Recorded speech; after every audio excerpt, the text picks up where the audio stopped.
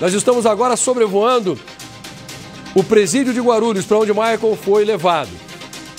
Aí o doutor Fábio Costa disse que até o julgamento, provavelmente, ele não vai ficar junto com os outros presos. Ele vai ficar num lugar chamado seguro. Quero que o senhor descreva para a gente que lugar é esse, o que seria o seguro. Ele fica com outros presos ou ele fica sozinho? É um lugar diferente em que aspecto físico, doutor Fábio? Passar esse seguro, depois dessa triagem, é que vão decidir para qual tipo de seguro ele vai. Se o responsável pelo estabelecimento prisional, se eles identificarem que há, de fato, um risco à integridade física do Michael, para que ele vá para um seguro com outras pessoas, com outros detentos que cometeram o mesmo delito, se eles identificarem que não tem o risco, ele é colocado com esses outros detentos. E se eles identificarem que há, de fato, um risco iminente, um risco imediato para a integridade física do Michael, ele vai ser colocado numa cela separado, isolado de todos. São celas menores, né? Essa do seguro, onde ele vai ficar isolado, é uma cela menor, até porque ele não vai precisar de tanto espaço assim, sendo que ele tem uma liberação pela manhã para um banho de sol e tem uma liberação também no final do dia. Agora, essa triagem é que vai definir e vai decidir para que tipo de seguro ele vai. Mas fato é, ele não vai ficar no convívio, ele não vai ficar junto com os outros detentos que cometeram crimes de outras naturezas. Doutor, agora vamos lá. Eu quero perguntar para o senhor algo aqui muito importante. O senhor falou que, como advogado criminalista, consegue enxergar brechas na lei para que os advogados do Michael possam tirá-lo da cadeia. O senhor não vai falar isso, obviamente, para os advogados do Michael, mas o senhor consegue enxergar essas brechas na lei. Me diz uma coisa, o senhor não acredita na inocência do Michael, né? Ou o senhor acredita em algum ponto? Porque antes o senhor disse, as informações que foram colocadas ali no depoimento não são informações bem claras, as coisas não batem. Passa pela cabeça do senhor que o Michael é uma pessoa inocente? Não, né? Não passa, não passa. E quando eu disse que eu não acredito em uma só palavra do que esse rapaz disse, é porque ele confessou, mas ele confessou de uma forma cínica e mentirosa. Por isso que eu falei tanto ao longo dessa semana, Passaia, em respeito à reprodução simulada dos fatos, à reconstituição desse crime. Ele tem participação? Há fortes indícios de que ele tem sim participação. Há fortes indícios de que ele tenha sido o executor da vitória, sim. Mas a família quer, e eu falo em nome da família, Passaia, a família quer saber de fato o que aconteceu desde o momento em que essa menina foi arrebatada próximo da casa dela e até o dia que o corpo foi encontrado. Então eu não acredito na inocência dele, não estou aqui para julgar, não estou... já tem alguém que vai julgá-lo, né? O juiz é que vai julgá-lo, não sou eu, mas eu não acredito na inocência dele. Por isso que eu peço para que essa investigação avance e que, se de fato for confirmado, for comprovado que ele tem envolvimento, que ele é de fato o executor, que a autoridade policial faça assim a reprodução simulada dos fatos, que faça a reconstituição do crime para identificar principalmente a participação de outras pessoas, Passaia. Doutor Fábio, só um minutinho, eu acabo de receber mensagens do doutor Fábio Lopes, o delegado que investiga esse caso e que é acusado pelos advogados de Michael. Eu já falei para vocês que eu acredito no delegado, eu acredito sim, porque o doutor Fábio é uma pessoa que sempre trabalhou certinho. Mas, gente, nós estamos diante de um caso aqui que a justiça não vai analisar dando opinião, consentimento. A justiça não analisa com o coração. A justiça vai no que está no papel. Eu quero saber o que é que o doutor Fábio vai falar para mim. Enquanto eu converso com ele aqui, eu vou fazendo as perguntas porque o doutor Fábio ele vai respondendo. Mas espera aí que já eu quero contar para vocês o que eu converso com o delegado lá de Cajamar. O Lombardi, você está assistindo tudo de muito perto, analisando o que o doutor Fábio está falando. Que pergunta você quer fazer para ele? Não, eu concordo com o que ele disse, acabou de dizer tudo isso, inclusive a respeito até do preso.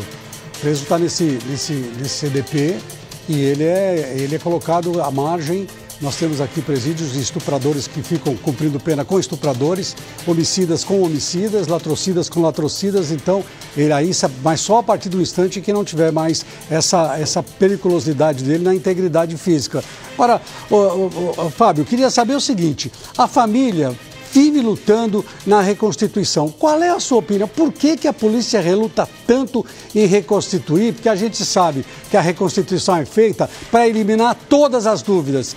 Nós anunciamos várias dúvidas. Você anunciou várias dúvidas. Os advogados do Michael anunciaram dúvidas. E por que a polícia reluta tanto em eliminar todas essas dúvidas? É o único grupo, Lombardi, primeiramente, boa tarde, desculpa. É o único grupo de pessoas que não tem dúvidas sobre a autoria desse crime. Nós tivemos acesso ao depoimento do Michael. Ele tem a participação, mas tudo aquilo que ele diz ter feito não bate. Acreditar na palavra desse rapaz, naquele depoimento dele, é descredibilizar a polícia. É colocar para debaixo do tapete a Polícia Científica do Estado de São Paulo, uma das mais respeitadas do Brasil, Lombardi. A reconstituição do crime para a família é muito importante para saber primeiro, porque eles querem saber como aconteceu. Aí as pessoas podem perguntar, o que isso muda? Não vai mudar absolutamente nada e nada vai trazer essa menina de volta, nada, absolutamente nada. Agora, a família tem direito de saber o que aconteceu com a filha deles a partir do momento que ela sai do shopping, que ela estava trabalhando 22 horas. Doutor Fábio... E em segundo lugar, essa reconstituição do... Oi, Passaia. Não, pode concluir. E em segundo lugar é para a gente conseguir determinar e chegar de fato na autoria como isso foi feito, porque nós acreditamos piamente que tem sim a participação de outras pessoas. Esse crime não foi cometido por uma só pessoa, Passaia. Doutor Fábio, o senhor já disse que reconhece que os advogados do Michael têm em mãos possibilidades fortíssimas de pedirem o relaxamento da prisão do Michael. E que eles podem argumentar que houve tortura psicológica. Ninguém está dizendo que ela existiu, mas que os advogados podem argumentar que sim.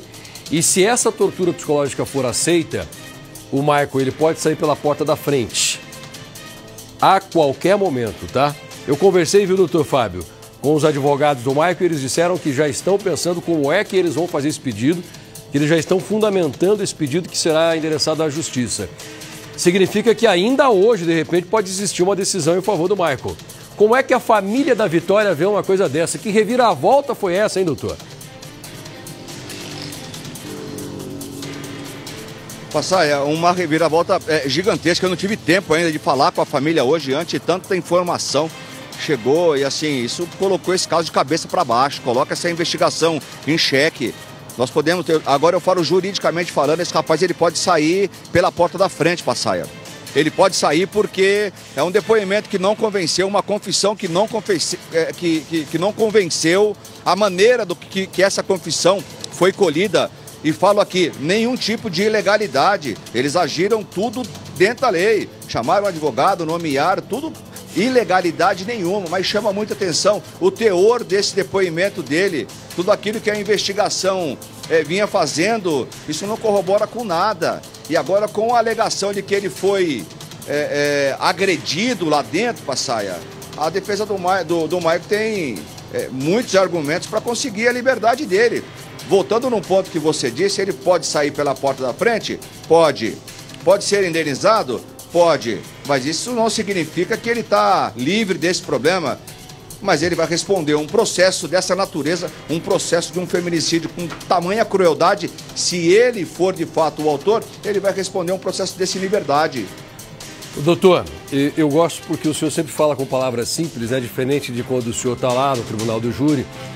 Mas aqui o senhor fala de um jeito que muita gente já me agradeceu nas ruas. Olha, gostei do doutor Fábio, viu? Ele fala a linguagem do povo, a gente consegue entender.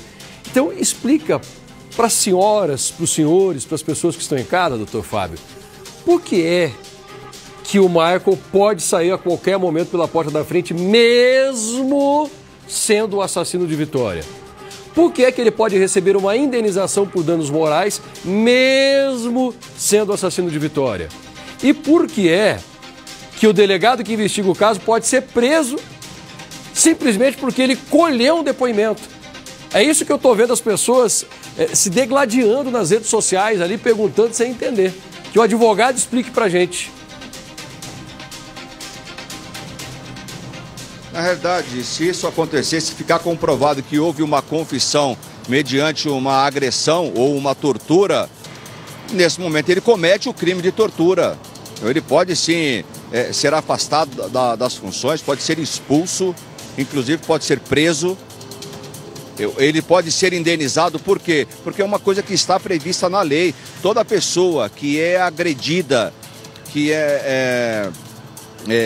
agredida por um ente do Estado, seja ele qual for, e quando eu falo Estado aqui, eu falo nas forças policiais, se comprovadamente uma pessoa for agredida pelas forças policiais do Estado, isso for comprovado que houve, por exemplo, um excesso, essa pessoa tem direito a uma indenização. Então não tem nada de ilegal. Ele pode sim responder pelo crime de feminicídio, ser culpado, ser condenado por um crime de feminicídio, mas também ele pode ser indenizado pelo Estado porque agrediram ele, torturaram ele dentro da cadeia, ô Passaia. Quer dizer, ele recebe uma premiação ainda, né? O cara mata a menina, mas recebe uma grana. A justiça entende o seguinte: olha, você foi culpado ao ter matado Vitória, mas foi vítima ao ter sido torturado para confessar que matou Vitória. Então a gente vai te prender pelo assassinato, mas tá uma bela de uma grana aqui para você, porque depois que você cumprir aí os seus anos atrás das grades, você vai ter um dinheirinho para você curtir numa boa. Cara, o Brasil precisa mudar. E sabe o que mais me choca?